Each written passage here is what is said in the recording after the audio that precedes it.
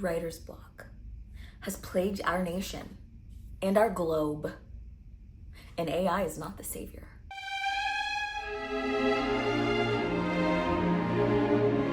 My name's Elisa. If you've never met me, my name is Elisa. I'm a writer in New York City. I published a book. I have a Substack. I'm a ghostwriter.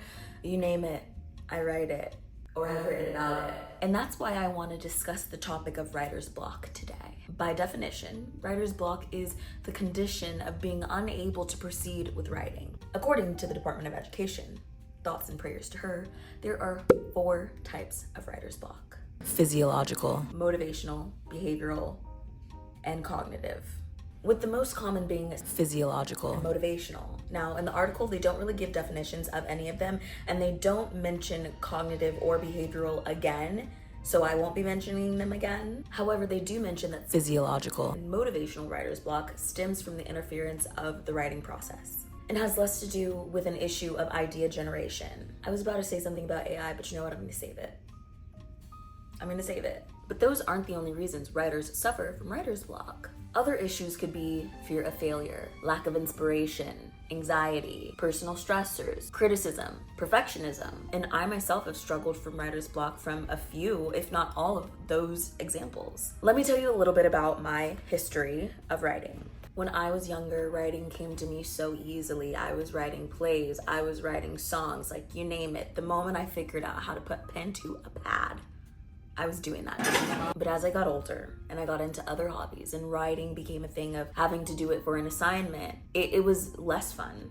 I didn't really care about a lot of the topics, and that's where the lack of inspiration definitely came in for me when I was probably around high school, and definitely college. I felt it. But I didn't stop writing. I always figured out a way to get done what I needed to get done, and once I got older and money came into the picture, writing I had a lot more motivation. But don't get me wrong, it didn't last forever. Money can only motivate you so much. I've always been able to get myself through it by forcing myself to get through it, but that was me in the past. I found a secret, and I don't want to keep it. I want to share it with you all, and I'm no expert.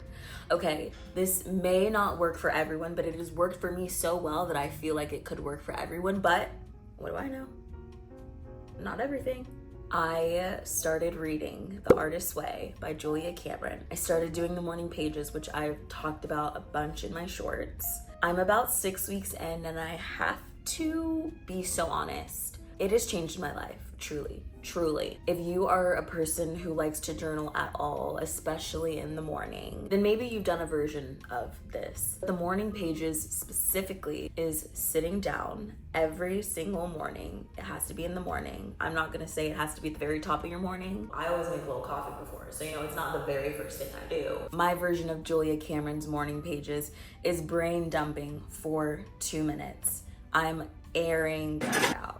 Anything that bothered me even a pinch, I'm talking about it. If there's something that rubbed me the wrong way yesterday and I didn't write about it in the pages, it's truly like me gossiping. It's a lot about emotions with me. If you guys read my Substack, you know that I talk a lot about emotions and mood, and my morning pages is just that. It's just more feral. And then the last page is the page for blurts. So blurts are like blockages or things that people have said to you that maybe like have worn you down or created a negative perspective about a thing in your head. If someone is like, money doesn't grow on trees, but you want to call in more money or be better with money, you would write the blurt down. Money doesn't grow on trees, and then you would write an affirmation.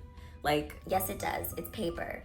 And it's everywhere, and I get it every day. That's an example. So you write a blurt, you write an affirmation, basically so you can just like rewire your mind. That's what the last page is about. A lot of childhood healing goes into it. Definitely every single morning, I empty my plate. I have considered doing it at night before. The last few weeks, I have gotten inspired. I have been able to sit down and I've been able to write 1,000 words in an hour. I feel like a lot of my issue is brain clutter. I'm a person who thinks a lot. I am a person who's definitely suffered from overthinking. I don't really claim that anymore because that's not anything I want to do with. Like, if you have a really close friend that you can gossip to and you don't have to worry about anything, that's the best part. But it's even better because if you end up accidentally being a hypocrite, You won't know it. You're not even supposed to go back and read your morning pages for like 8 weeks or something, 3 weeks, 5 weeks, 8 weeks, something like that. I don't know. I haven't read anything.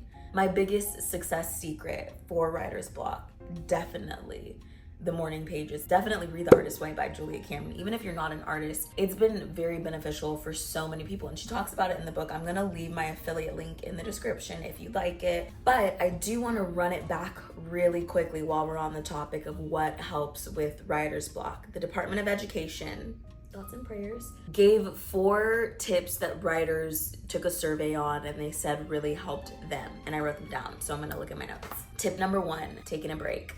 Tip number 2, working on different projects. Tip number 3, forcing themselves to keep writing. I mean, I've even had to do this since starting the morning pages if I'm not particularly vibing with something. But yeah, if you sit through it, you can get through it. And the last one, discussing your ideas with others. Now, if you have someone that you know, you love, you could trust, who's gonna give you what you need, not gonna be a yes man, but also not gonna shoot you down, discuss. But I am interested to know, are you currently suffering from writer's block? Like, is that why you clicked on the video? No shade, I love that you're here. And I actually would love to know your tips, if you have any tips that I didn't list. We wanna know all of it. We got a little community right in the comments, so drop your comments. That's pretty much all I have to say, you guys. Check out my Substack. New post every Sunday, new podcast with a deep dive discussion of said post every Tuesday. It's really so funny doing a talking head video. I have been vlogging my little arse off, and we're gonna get right back to it because I have a very, very exciting vlog coming to you guys next week. All right, babies.